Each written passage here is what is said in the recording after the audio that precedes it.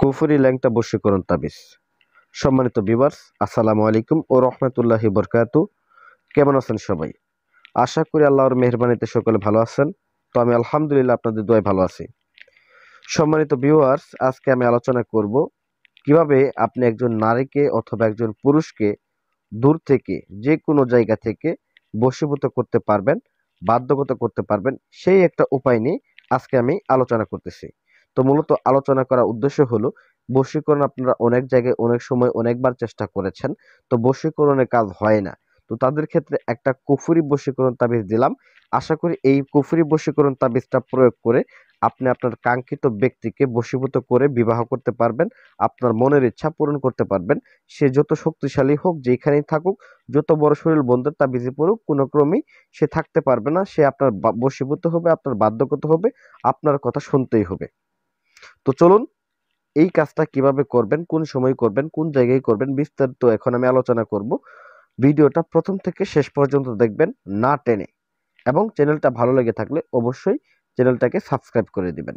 তো প্রথমত আমি একটা কথা বলে নেই, যারা এই সকল কাজ করেন তারা অবশ্যই ধৈর্যশীল হতে হবে। তো মূলত ধৈর্য ছাড়া এগুলা কাজ করলে কাজ হবে না, এক নাম্বার কথা। দ্বিতীয়ত হচ্ছে নিয়ম, নিয়ম কানুন গুলা যদি না মানেন, শুধু তাড়াহুড়া করেন, তাহলে কিন্তু এই সকল কাজ শত শত কোটি কোটি টাকা খরচ করবেন কিন্তু কাজ করতে পারবেন না। এজন্য বলি ধৈর্য, নিয়ম কানুন এগুলো পূর্ণাঙ্গ ভাবে মেনে চলুন, তাহলে আপনি অল্প খরচে এই সকল কাজ আপনি সম্পাদন করতে পারবেন। এছাড়া সারা বছর হতাশই হতে হবে আপনাকে। তো মূলত নিয়মটা হচ্ছে, এই কাজটা করার জন্য আপনাকে যে কোনো শুক্রবার অথবা শনিবার, এই দুইটা দিন করতে পারবেন। শুক্রবার অথবা শনিবার, শুক্রবার করলে জুম্মার নামাজ পড়ে, আর শনিবার যদি করেন তবে সেক্ষেত্রে আপনি জোহর নামাজ পর অথবা মাগরিব নামাজ পড়ে এই কাজটাকে করতে পারবেন। এই কাজটা করার জন্য অবশ্যই আপনাকে একটা আসন তৈরি করতে হবে। আপনি নদীর পাড়ে গিয়ে একটা আসন তৈরি করে নেবেন। এটাকে, এই কাজটা করার জন্য অবশ্যই আপনি আহ মোমবাতি, আগরবাতি, গোলাপ জল এগুলা ছিটিয়ে নেবেন আশেপাশে। ছিটিয়ে নিয়ে এবং কি মোমবাতি জ্বালিয়ে নেবেন, আগরবাতি জ্বালিয়ে নেবেন, জ্বালিয়ে নিয়ে তারপরে কাজটাকে করতে বসবেন। তো এখানে বসার পরে আপনি মূলত একটা সাদা রেশমি কাপড় নেবেন। ২ টুকরা সাদা রেশমি কাপড় নেবেন। ২ টুকরা সাদা রেশমি কাপড়ের উপরে ২টা নকশা আপনি অঙ্কন করবেন এবং যাকে আপনি বশীভূত করবেন, যে মেয়েকে আপনি বশীভূত করবেন, তার নামটা লিখবেন উপরে এবং তার পাশে লিখবেন তার মায়ের নাম। নিচে নিচে লিখবেন আপনার নাম এবং কি আপনার বাবার নাম। তো এটা লেখা শেষ করার পরে পরিশেষে আপনি ২টা নকশাকেই ২টা তাবিজের মধ্যে ভরে নেবেন। অবশ্যই মনে রাখবেন, রেশমি সাদা কাপড়ের উপরে অবশ্যই এই নকশাটাকে অঙ্কন করতে হবে। আর লিখবেন কি দিয়ে? তো মূলত এটাকে লিখবেন আপনি কামসিন্দুর অথবা কামসিন্দুর অথবা গোচনা ধারা, এই তাবিজটাকে লিখতে হবে। ২টা জিনিস আপনি লিখতে পারেন। আর কলম হিসেবে ব্যবহার করবেন, যে কোনো ফলদার গাছের ডাল ব্যবহার করবেন।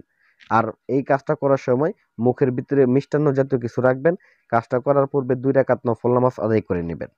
তো সম্পূর্ণ এই সকল নিয়ম কানুনগুলো আপনি মেনে নিয়ে তাবিজটাকে লিখে ২টা তাবিজের মধ্যে আপনার ২টা নকশা ভরবেন।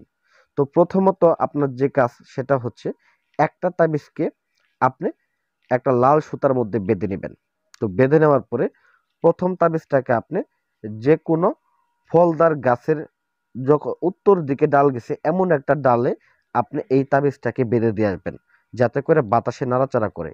দ্বিতীয় যে তাবিজটা আছে, সেই দ্বিতীয় তাবিজটাকে আপনি আপনার নিজের ডান বাহুতে ব্যবহার করবেন, ডান হাতে ব্যবহার করবেন। এতটুকুই কাজ। তবে আমি বলি যে, যে সকল সাধারণ নিয়মগুলো বললাম, নিয়মগুলো অবশ্যই মানতে হবে। নিয়ম যদি না মানেন কাজ করতে পারবেন না। আর কাজ যদি মনে করেন নিয়ম মাফিক না করেন, তবে শত শত টাকা খরচ করে পরিশ্রম করেও আপনার ফলাফল আনতে পারবেন না। এটা যে কোনো কাজের জন্য। তো অতঃপর আপনি এই কাজটা করার পরে দেখবেন ৩ থেকে ৭ দিনের মধ্যে, ৩ থেকে ৭ দিন, সর্বোচ্চ ৭ দিন, এই কাজটা ৩ দিনেই হয়ে যায়। আমি পরীক্ষা করছিলাম, আমি কাজ করছিলাম, ৩ দিনেই হয়ে যায়। তবে ৩ থেকে ৭ দিনের মধ্যে আপনি এই কাজের ফলাফল পাবেন। সেই ব্যক্তি যেইখানে থাকুক, দুনিয়ার যে প্রান্তেই থাকুক, আপনার কাছে আসতে হবে, আপনার কথা শুনতে হবে, আপনার সাথে যোগাযোগ করতে হবে। সে যত বড় শক্তিশালী বান্দা হোক, আপনার কথা শুনতেই হবে, শুনতেই হবে, শুনতেই হবে। এটা ১০০% পরীক্ষিত একটা বশীকরণ তাবিজ। এটা মূলত কুফরি বশীকরণ। তবে অযথা কেউ করতে যাবেন না। হ্যাঁ, ভুলভালভাবে যদি করেন তবে নিজের আরো উল্টা একটা ক্ষতি হয়ে যেতে পারে। তো সেক্ষেত্রে সাবধানতার সাথে কাজ করবেন। তো তো আশা করি ভিডিওটা ভালো লাগবে। ভালো লাগলে অবশ্যই লাইক করবেন, কমেন্ট করবেন এবং চ্যানেলটা ভালো লাগলে অবশ্যই সাবস্ক্রাইব করে পাশে থাকা বেল বাটনটি বাজিয়ে দেবেন। ধন্যবাদ সবাইকে। আসসালামু আলাইকুম ওয়া রাহমাতুল্লাহি ওয়া বারাকাতুহু।